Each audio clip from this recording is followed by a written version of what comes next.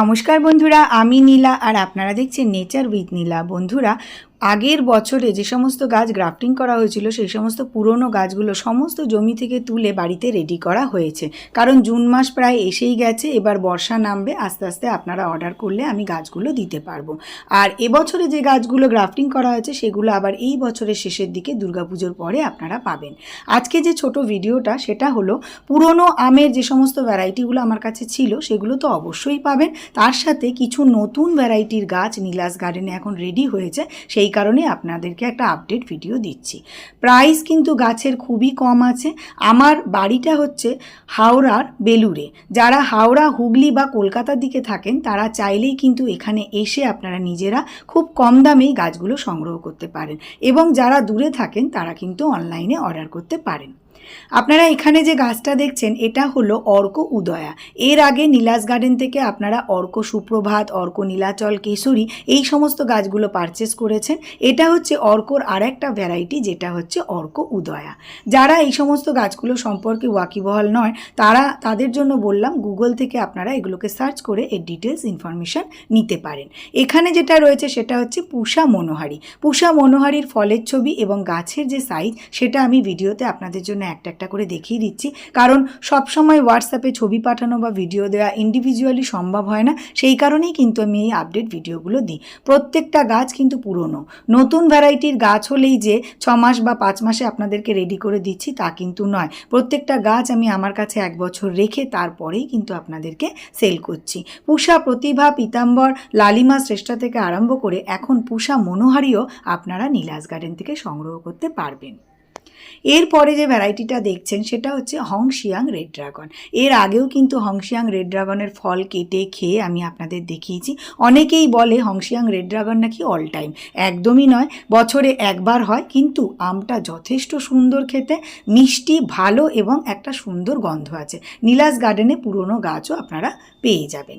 এরপরে যে ভ্যারাইটিটা দেখছেন এটা হচ্ছে 11 শাই। 11 শাইটাও আপনারা জানেন, এর ফলের ফলের ছবিটা আমি স্ক্রিনে দিয়ে দিয়েছি। এর আগের বছরে যারা গাছ নিয়েছিলেন অনেক বন্ধুদেরই এবছরে কিন্তু ফল হয়েছে, তারা আমাকে জানিয়েছেন। 11 সাইজ রেড আইভরির মতন বড় বড় হয়, খেতে যথেষ্ট মিষ্টি এবং হাইলি কমার্শিয়াল ভ্যারাইটি। কেউ যদি বাগান বানাতে চান অবশ্যই তারা কিন্তু বাগানে লাগাতে পারেন। এরপরে যে ভ্যারাইটিটা আমি দেখাচ্ছি এটা হচ্ছে হংজু। হংজুও একটা বেশ ভালো ভ্যারাইটি, আপনাদেরকে বলার কিছু নেই। দেখুন ছবিটা, দেখতেও সুন্দর, গাছ কিন্তু একদম পুরনো এবং ডুয়ার প্রকৃতির গাছ। যারা ছাদে করতে চাইছেন তারা কিন্তু অবশ্যই হংজু করতে পারেন।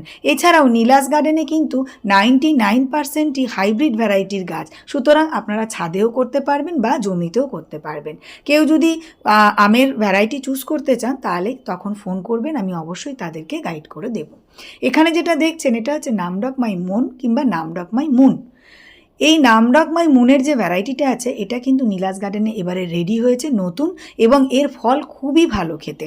আপনারা চাইলে নামডক মাই মুনটাকে কমার্শিয়ালি চাষের জন্য ব্যবহার করতে পারেন। অনেকেই তো চান যে আম গাছের একটা ভালো বাগান বানাবো, তারা কিন্তু নামডক মাই মুনটা রাখতে পারেন। যথেষ্ট ভালো খেতে, আটি পাতলা এবং কমার্শিয়ালি খুবই ভালো একটা ভ্যারাইটি। আপনারা ছাদ বাগানে বা বাড়ির উঠোনেও আপনারা লাগাতে পারেন।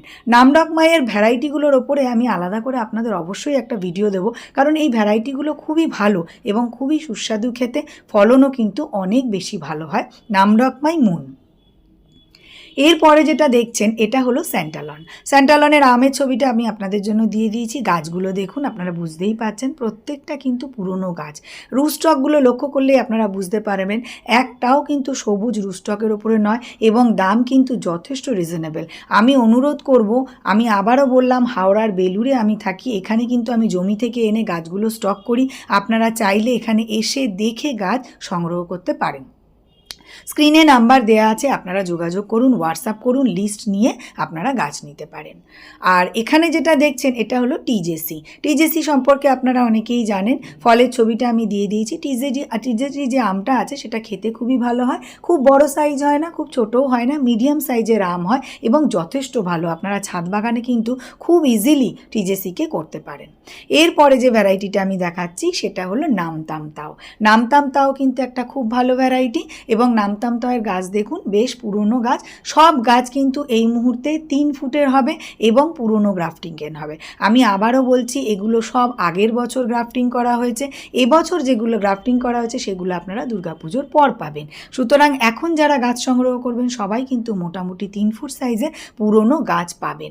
আর যারা হাওড়া, হুগলি বা কলকাতার দিকে থাকেন তাদের আমি অনুরোধ করব আপনারা এসে দেখে গাছ নিয়ে যান। অনেক কম দামে আপনারা কিন্তু ভালো গাছ সংগ্রহ করতে পারবেন। এই সমস্ত গাছগুলো দেখুন, এখানে একটা গাছ আছে, এটা হলো কারাবাওয়ের একটা ভেরিয়েন্ট, কারাবাওয়ের গুইমারাস। কারাবাওয়ের ভ্যারাইটিগুলো খুবই মিষ্টি হয়, আপনারা জানেন। গুইমারাসের যে ভ্যারাইটিটা আছে নীলাস গার্ডেনে এখন 3 ফুট মতন হাইটের এই রকম গাছ আপনারা পেয়ে যাবেন। আপনারা চাইলে অনলাইনে বা এসে সংগ্রহ করতে পারেন। এটা হলো কারাবাওর গুইমারাস। কারাবাওয়ের অনেকগুলো ভ্যারাইটি আছে, অনেকগুলো ভ্যারাইটি নিয়েই আমরা কাজ করছি।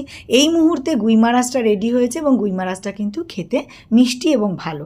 আপনারা চাইলে ছাদ বাগানে বা জমিতে বা বাড়ির উঠোনে মাটিতে এই গাছকে লাগাতে পারেন। বন্ধুরা, এখানে যে গাছগুলো দেখছেন এটা হচ্ছে জারভিরেড 1। জারভিরেড 1 যথেষ্ট ভালো একটা ভ্যারাইটি।